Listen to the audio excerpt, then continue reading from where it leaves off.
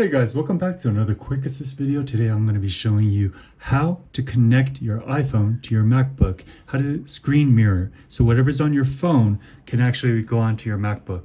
All right, so first what we're going to want to do is make sure they're both on the same Wi-Fi. All right, so make sure that they're both on the same Wi-Fi. And that's going to be the case if you're, sitting at home or whatever. But then we're going to want to go to System Settings. From system settings, then we're going to want to go to AirDrop and continuity. And you're just going to want to make sure that AirPlay is on.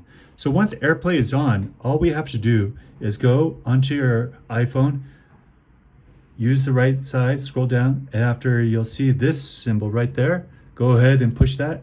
That is a screen mirroring. So then you'll see your computer, your MacBook, and then once you do that, it will connect. And so if you want to show like a video, then it will pop up on your MacBook. So now we have a screen mirroring connected to the MacBook, and that's pretty much it. So I hope this video helps. If it does, please like or comment, subscribe. I appreciate it. See you next time. Bye-bye.